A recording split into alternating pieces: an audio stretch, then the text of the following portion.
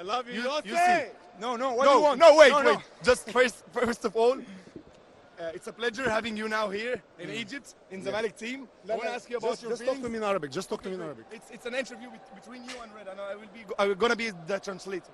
ايه احساسك النهارده وانت بتاخد اقوى بطولتين في جمهوريه مصر العربيه؟ He's telling you what's your feelings now. You took 2 trophies in 1 week. I don't know. I feel amazing.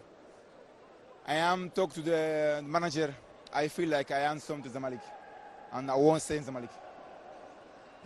هو بيقول انه مبسوط بوجوده في نادي الزمالك. يمكن قال رضا هو هيتكلم مع المانجر او مع المدير ان هو مبسوط بوجوده في نادي الزمالك وعايز يفضل يبقى موجود في نادي الزمالك. Okay, I want to ask you about your feelings about today's match and now. What's the difference between these feelings? I feel and the volleyball in Egypt is come up. Before I come in, and me and Joao, Ahli dominate the league in Egypt, and now the level the Egypt is come up. You play beautiful volleyball in these 3 days.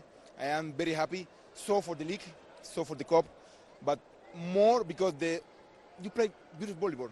I like volleyball, and I am happy because this. All Zamalek fans loves you and I loves you. Alhamdulillah. Thank you very much. Thank you.